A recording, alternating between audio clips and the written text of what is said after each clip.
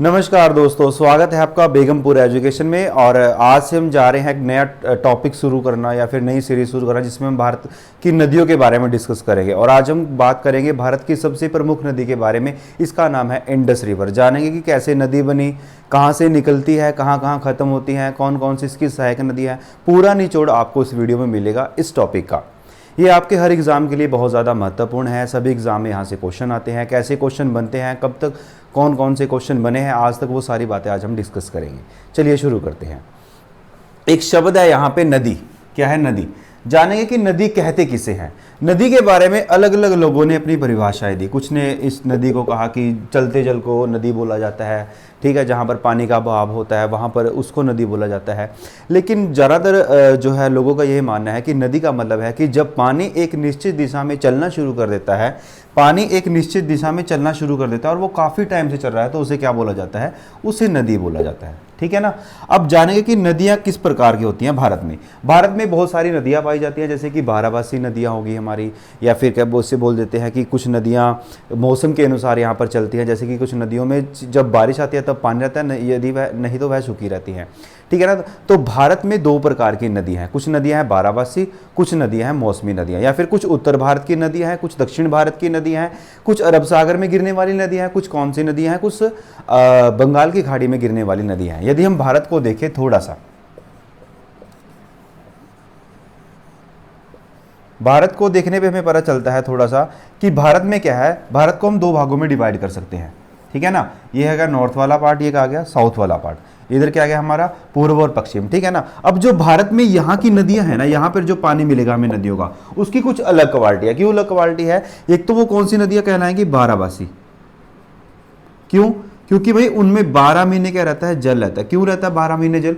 जैसे जैसे हम क्या करेंगे, जैसे हमारी पृथ्वी है, पृथ्वी को दो भागों में बांटा हमने, नॉर्थ और साउथ। जो भारत का ये जो पृथ्वी का ये वाला इलाका है ना, जैसे हम बीच से ऊपर तक जाते रहेंगे वैसे वैसे क्या होता जाएगा? तापमान गिरता चला जाएगा, यानी कि क्या होता चला जाएगा? टेम्परेचर में कमी आती चली जाएगी। ऐसे ही हमारा जो भारत है, भारत से यदि हम सेंटर में से ऊपर की तरफ जाएंगे, नॉर्थ की तरफ, तो टेम्परेचर घटता चला जाएगा। एक जगह ऐसी है कि जहां पर टेम्परेचर हमें बिल्कुल माइनस में मिलेगा, जैसे कि हमारा जो जम्मू कश्मीर वाला इलाका है, या फिर जम्मू कश्मीर से ऊपर वाला जो इलाका है, जब चाइना के अगर थोड़ा सा सीमा जहाँ पे हमारी लगती है उसकी बात की जाए, तो वहाँ पर टेम्परेचर बहुत ज़्यादा माइनस में चला जाता है। और इतना ज़्यादा माइनस में चला जाता है, वहाँ पर जो पहाड़ हैं, पहाड़ों के ऊपर बर्फ जम जाती है और इन्हें क्या बोला जाता है? ग्लेशियर बोला जाता है। ठीक है ना। अब जो भारत का ये वाला इलाका है ना, यहाँ पर क्या होता चला जाएगा? लगातार क्या होता चला जाएगा? टेम्परेचर घटता चला जाएगा।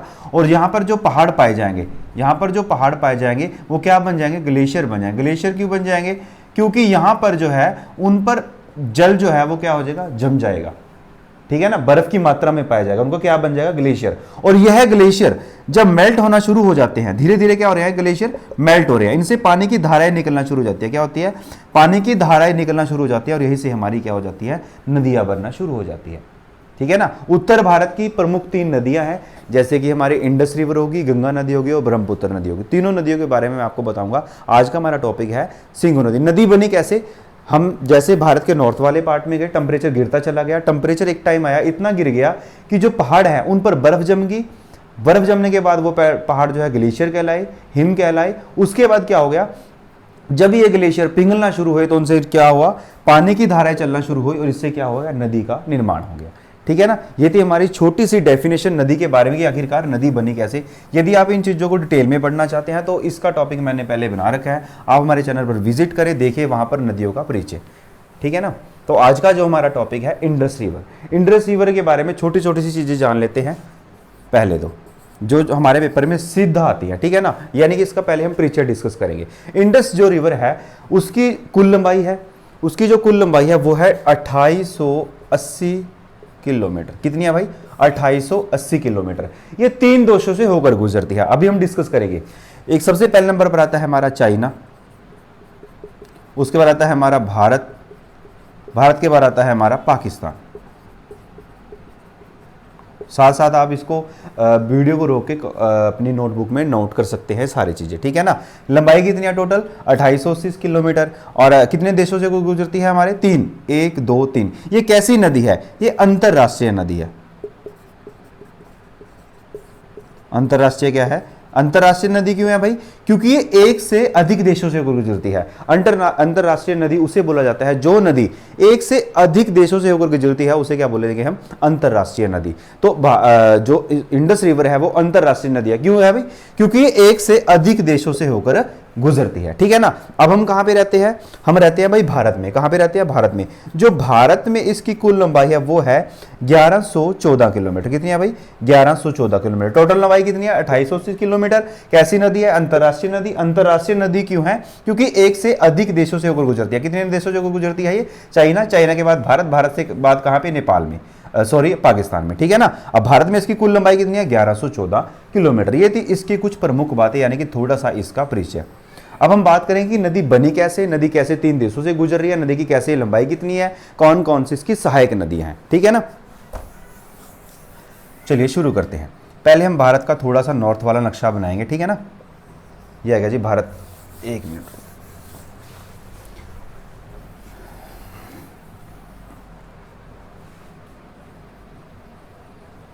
आपने भी अपनी कॉपी में ऐसे ही एक नक्शा बना लेना, जिससे चीज़ें क्या हो जाएंगी, हमारे लिए आसान हो जाएगी चीज़ों को याद करना। मैं थोड़ा सा यहाँ पे बना लेता हूँ भारत का मैप, ठीक है ना। जो ये वाला हिस्सा है ना भारत का, मैंने ये वाला हिस्सा कहाँ पे बनाया, यहाँ पे बनाने की कोशिश करिए ताकि हम चीज़ों को समझ सके। हमारा जो भारत है, भारत के इस साइड क्या पड़ता है हमारा भाई, पाकिस्तान पड़ता है। क्या पड़ता है, पाकिस्तान। इस तरफ क्या पड़ता है भाई, चाइना पड़ता है। क्या पड़ता है, चाइना, ठीक है ना।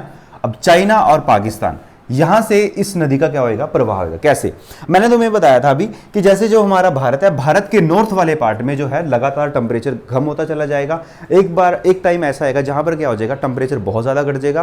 पहाड़ों पे क्या बन जाएगी, बर्फ बन जाएगी। वो पहाड़ कहलाएंगे ग्लेशियर कहलाएंगे। तो चाइना में भी बहुत सारे ग्लेशियर हैं। अब हमें जानना है कि इस नदी का ओरिजिन क्या है, यानी कि ये नदी बनी कौन से ग्लेशियर से। तो यहां पर एक ग्लेशियर पड़ता है, उस ग्लेशियर का नाम क्या है भाई, सानो ख्याब ग्लेशियर। क्या है भाई, शानो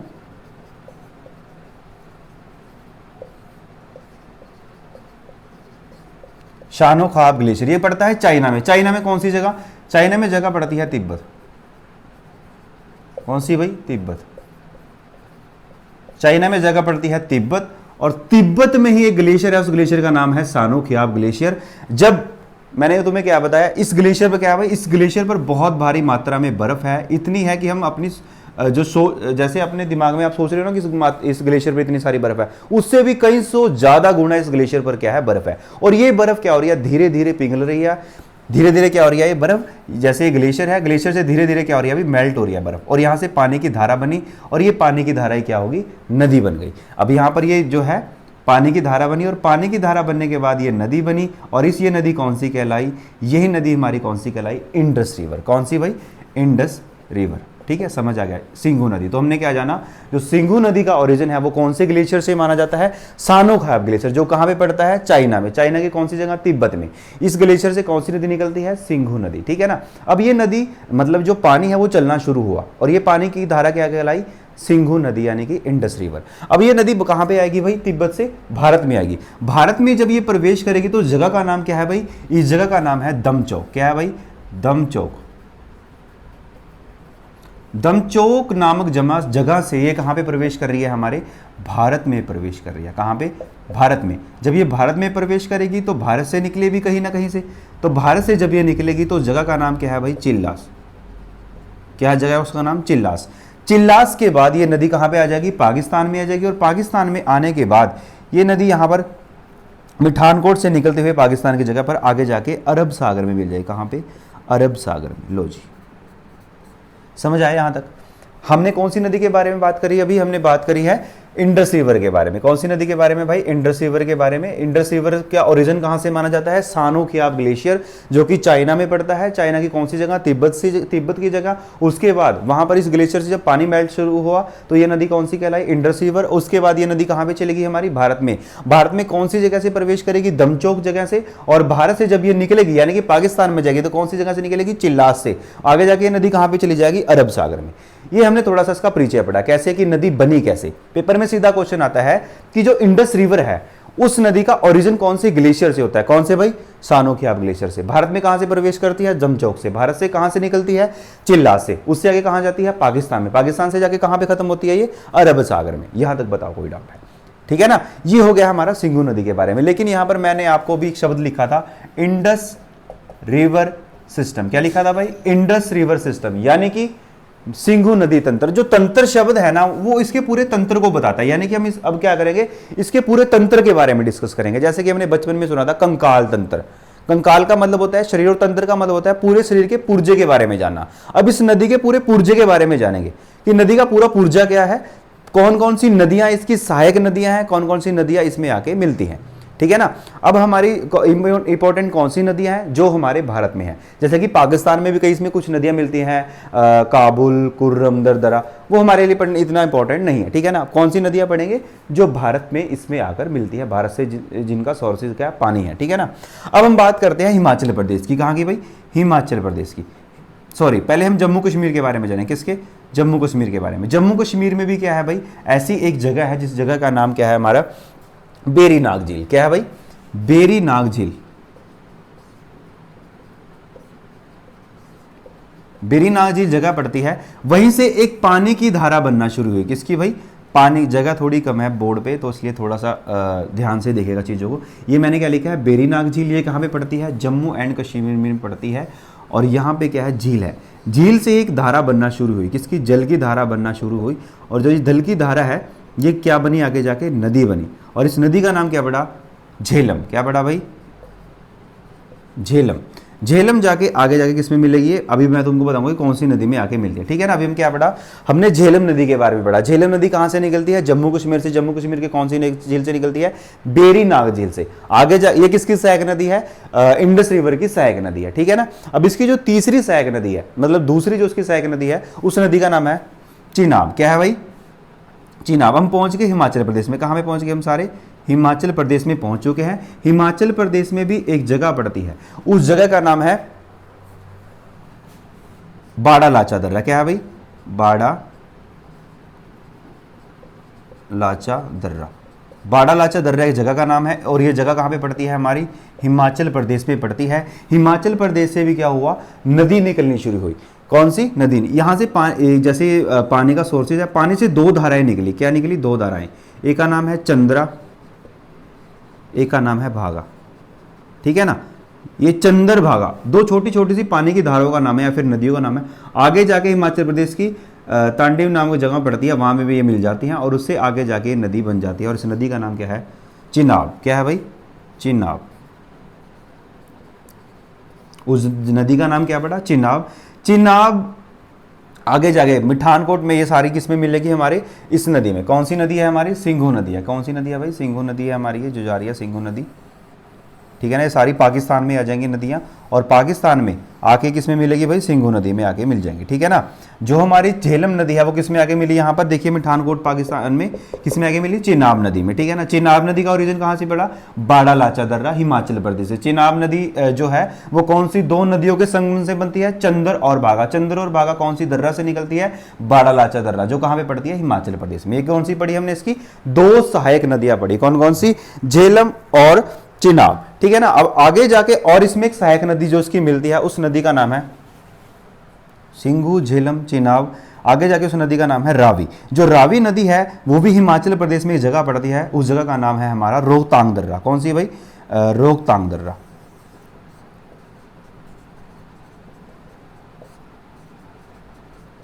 क्या है जगह का नाम? रोहतांग दर्रा। ये रोहतांग दर्रा कहां पे है? हमारी हिमाचल प्रदेश में पड़ती है। ठीक है ना। हिमाचल प्रदेश में रोहतांग दर्रा से एक नदी निकली, उस नदी का नाम क्या है भाई? सिंघू, झेलम, चिनाब। उस नदी का नाम है रावी। क्या है भाई? रावी। लो जी, रावी नदी निकली। रावी नदी भी आगे जाके किसमें मिलेगी? चिनाब नदी में। किसमें मिलेगी? चिनाब नदी में। कहां पे मिली? पाकिस्तान में मिली। ठीक है ना। हमने कौन कौन सी नदी के बारे में पढ़ा? सिंघू की सहायक नदियों में पहले हमने पढ़ा झेलम, फिर पढ़ा चिनाब। अब हमने पढ़ा किसके बारे में? रावी नदी के बारे में। रावी नदी कहाँ से निकलती है? रोहतांग दर्रा से निकलती है, जो कहाँ पे पड़ता है? हिमाचल प्रदेश में पड़ता है। ठीक है ना। फिर आगे जो रावी नदी है किसमें जाके मिल जाती है? चिनाब नदी में। चिनाब नदी किसमें मिलती है? आगे जाके इंडस रिवर में। ठीक है ना। अब चिनाब नदी रावी नदी के बाद जो एक दूसरी नदी है वो है हमारी व्यास नदी। कौन सी? जो व्यास नदी है वो व्यास कुंड से निकलती है। किससे? व्यास कुंड से। इस नदी का नाम क्या है? व्यास कुंड। ठीक है ना। व्यास कुंड से निकलेगी और ये व्यास कुंड से आगे पानी की धारा से चलती चली जाएगी। ठीक है ना। आगे जाके किस नदी में मिलेगी मैं तुम्हें अभी बताऊंगा, ठीक है ना। इस नदी का नाम क्या है, व्यास कुंड, जो हिमाचल प्रदेश में पड़ता है। यहाँ से निकली कौन सी नदी निकली भाई हमारी, ये सिंगू, झेलम, चिनाब, रावी, व्यास। इस नदी का नाम क्या है भाई, व्यास नदी, ठीक है ना। इसके बाद हमारे यहाँ पर इसमें एक और नदी आके मिलती है, किसमें भाई, इंडस रिवर में। उस नदी का नाम क्या है, जो सबसे इसकी सबसे प्रमुख नदी है, उस नदी का नाम क्या है, सतलुज। क्या उस नदी का नाम भाई, सतलुज। सतलुज उस नदी का नाम है। अच्छा, मैंने यहाँ पे क्यों बनाया, क्योंकि जो सतलुज है वो भी कहाँ से निकलती है हमारी, चाइना से निकलती है। चाइना में कौन सी, तिब्बत से निकलती है। यहाँ पर एक झील है, उस झील का नाम क्या है, राकसताल झील। क्या है भाई उस झील का नाम, राकस ताल झील। साथ के साथ कॉपी में नोट डाउन करते चलेंगे राकसताल झील के बारे में। राकस जो ताल है वो कहाँ पे पड़ता है हमारा, तिब्बत में पड़ता है। तिब्बत में मतलब चाइना में, ठीक है ना। तिब्बत में पड़ता है हमारा, चाइना में। कौन सी झील है वहां पर, राकसताल झील। राकसताल झील से एक नदी निकली, उस नदी का नाम क्या पड़ा हमारा, सतलुज। सतलुज आगे जाके किसमें मिल जाती है हमारी, ये किसमें मिलेगी भाई आगे जाके, ये अपनी इंडस रिवर में, भारत से निकलते, ठीक है ना। अब जो व्यास नदी है, वो व्यास नदी जो मैंने तुम्हें अभी बताई थी, जो व्यास कुंड से निकलती है हमारी, वो आगे जाके किसमें मिलेगी भाई, राकसताल में, सॉरी सतलुज नदी में। कौन सी में, सतलुज नदी में। कौन सी नदी, व्यास नदी। जो व्यास नदी है वो किसमें मिल रही है, सतलुज नदी में। कहां पे मिल रही है, भारत में। भारत में कहां पे मिल रही है, पंजाब। कहां पे, पंजाब। पंजाब में जगह पड़ती है, उस नदी का नाम है हरिकेन। और यहीं पे बना एक बैराज बना हुआ है, जिस बैराज का नाम है हरिके बैराज। पंजाब के हरिकेन यानी कि जो कपूरथला है, वहां पर से क्या मिलता है हमारा पर, व्यास नदी और सतलुज नदी का क्या बनता है, संगम बनता है। और यहीं से एक नहर निकलती है हमारे भारत की, जिसे राजस्थान का जीवन बोला जाता है। उस नहर का नाम क्या है, इंदिरा गांधी नहर।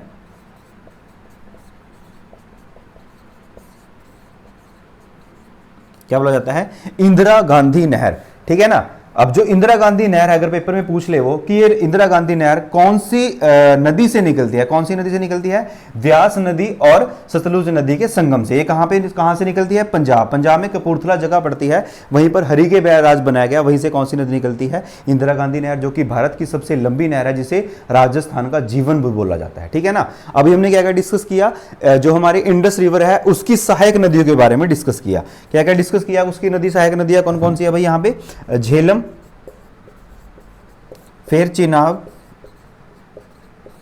रावी, व्यास, सतलुज, ठीक है ना। कौन सी इसकी प्रमुख सहायक नदियां हैं, झेलम, चिनाब, रावी, व्यास, सतलुज। झेलम नदी कहां से निकलती है, जो झेलम नदी है वो हमारी निकलती है बेरीनाग झील से। कहां पे पड़ता है, जम्मू कश्मीर में। झेलम नदी आगे जाके इसमें मिल जाती है चिनाब नदी में। चिनाब नदी कहां से निकलती है हमारी, बाड़ालाचा दर्रा से। कौन सी, दो नदियों के संगम से बनती है, पेपर में पूछ ले, चंद्र और भागा, ठीक है ना। चंद्र और भागा जो आगे जाके तांडव जगह पड़ती है, कहां पर, हमारी हिमाचल प्रदेश में, वहां पे मिलती है, जब वहां से झेलम नदी का बनना शुरू हो जाता है, ठीक है ना। जो रावी नदी है वो रोहतांग दर्रा से निकलती है। रोहतांग दर्रा कहां पे पड़ता है, हिमाचल प्रदेश में। रावी नदी आगे जाके चिनाब में मिल जाती है, ठीक है ना। फिर आता है हमारा व्यास नदी। व्यास नदी कहां से निकलती है, हमारी हिमाचल प्रदेश के व्यास कुंड से, जो आगे जाके किसमें मिल जाती है हमारी, सतलुज नदी में। कहां पर, पंजाब के हरिकेन क्षेत्र में। सतलुज नदी कहां से निकलती है, ये निकलती है हमारी तिब्बत में। तिब्बत में जगह पड़ती है कौन सी, राकसताल झील, वहां से निकलती है आगे जाके, ये भारत से होते हुए किसमें चल जाती है, पाकिस्तान में। पेपर में सबसे ज्यादा इंपॉर्टेंट क्वेश्चन कहां से बनेंगे, सिंगू नदी के कैसी नदी के बारे में बताओ, जो सिर्फ भारत से निकलती है और भारत में ही खत्म हो जाती है। वो कौन सी नदी है, व्यास नदी। व्यास नदी कहां से निकलती है, हिमाचल प्रदेश से, और कहां पे खत्म हो रही है, पंजाब में, ठीक है ना। और सिंगू नदी की कैसी नदी बताओ, जो सिंगू नदी का जो क्षेत्र था, कौन सा क्षेत्र था वो, चाइना, जो सिर्फ वहां से निकलती है और आगे जाके पाकिस्तान में जाती है। कौन सी नदी है वो हमारी, सतलुज नदी। बाकी जो नदी है वो भारत से निकल रही है, लेकिन जो सिंगू नदी है, सॉरी सतलुज जो नदी है वो कहां से निकल रही है हमारी, तिब्बत से निकल रही है, जो कहां पे पड़ता है, चाइना में पड़ता है, ठीक है ना। ये थी हमारी कौन सी इसकी सहायक नदियां। जैसे जैसे क्वेश्चन एग्जाम में बने मैं आपको बता रहा हूं। अब जो हमारे यहां पर क्या हुआ, जैसे जो पहले मैंने आपको बताया कि जो पाकिस्तान है, पाकिस्तान 1947 में बना, यानी कि देश आजाद होने के बाद। उससे पहले तो पाकिस्तान नहीं था। जो पाकिस्तान था वो क्या था, पंजाब था। पंजाब मतलब क्या था, वो इंडिया था। जब देश आजाद हुआ तो नदी के जल को लेकर हमारे दोनों देशों में क्या हो गया, विवाद हो गया। विवाद होने के बाद काफी 1947 से लेकर 1960 तक हर रोज इस बात पर चर्चा चली रहती थी कि कहीं भारत पानी ना रोक ले नदियों का, पाकिस्तान में काल पड़ जाएगा, डैम बना लेगा, मतलब कहीं ना कहीं वाद विवाद चलते रहते थे। उस समय देश में और भी ज्यादा बहुत मुश्किलें थी, क्योंकि हमारा देश अभी आजाद ही हुआ था, तो हमें और भी समस्याओं को क्या करना था, समाधान करना था। 1960 में हमारे देश में क्या हुआ, सिंघू जल समझौता हुआ। क्या हुआ भाई, सिंघू जल समझौता। मैंने ये नोट डाउन कर लिया होगा आपने, है ना। क्या हुआ भाई, 1960 में एक समझौता हुआ, सिंघू जल समझौता, जो कौन से देशों के बीच हुआ, पाकिस्तान और इंडिया के बीच। क्या था समझौते का नाम भाई, सिंघू नदी जल समझौता। कब हुआ भाई, 1960 में हुआ। पेपर में आता है क्वेश्चन इससे, 1960 में। कौन से देशों के बीच हुआ, एक तरफ था हमारा पाकिस्तान, ठीक है ना, और एक तरफ क्या था हमारा इंडिया। इसमें क्या बोला गया, उस समय भारत के प्रधानमंत्री कौन थे भाई, पंडित जवाहर लाल नेहरू, ठीक है ना, और जो पाकिस्तान के पीएम थे उसका नाम क्या था, आयूब खान। इन्होंने डिसाइड किया, अब तक जो पाकिस्तान और इंडिया के बीच की सबसे मेरे को अच्छी बात लगती है वो क्या लगती है, सिंघू नदी जल समझौता, जो कि बिना लड़ाई से हमने क्या कर लिया, शॉर्ट आउट कर लिया, ठीक है ना। इसमें क्या बोला गया, मैंने तुम्हें अभी कुछ सहायक नदियों के, अब जो सारी नदियां है ना भाई, ये सारी नदियां कहां पे जा रही है, हमारी पाकिस्तान में जा रही है, लेकिन कहां से जा रही है, भारत से जा रही है। इसमें क्या बोला गया, जो हमारी सिंघू नदी की ऊपर की नदियां कौन सी है, जो हमारी सिंघू नदी की ऊपर की 3 नदियां, जिसमें हमारा था हमारा खुद सिंघू नदी का नाम सिंघू, झेलम, आगे कौन सी आगे, चिनाब।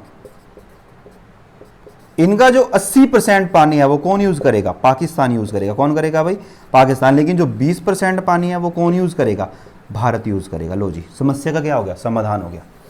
जो सिंघू नदी की ऊपर की 3 नदियां कौन सी, सिंघू झेलम चिनाब, उसका 80% पानी कौन यूज करेगा, पाकिस्तान यूज करेगा। लेकिन जो 20% पानी है वो कौन यूज करेगा, भारत यूज करेगा, ठीक है ना। अब जो नीचे की नदियां कौन सी, सिंघू झेलम चिनाब, फिर आगे हमारी रावी व्यास सतलुज, कौन सी रहेगी भाई हमारी, रावी व्यास सतलुज। इसका क्या करेगा, इसका जो 80% पानी है वो कौन यूज करेगा, भारत यूज करेगा, ठीक है ना। जो 20% पानी है वो कौन यूज करेगा, पाकिस्तान यूज करेगा, ठीक है ना। ये थे हमारा इंडस रिवर सिस्टम जो आज हमने पढ़ा। पेपर में कैसे कैसे क्वेश्चन बनते हैं वो मैंने आपको साथ के साथ बता दिया। हमारी वीडियो को आप 2 से 3 बार देखिए। ये सारी चीज़ें आपने क्या करना है, अपनी नोटबुक में नोट डाउन कर लेना है, इन चीज़ों को रोज़ पढ़ना है। बाकी जो दूसरी नदियाँ हैं वो भी मैं ऐसे आपके साथ डिटेल में डिस्कस करूँगा। और इस वीडियो को आप ज़्यादा से ज़्यादा अपने दोस्तों के साथ शेयर कीजिए, फॉलो कीजिए हमारे चैनल को। Thank you so much.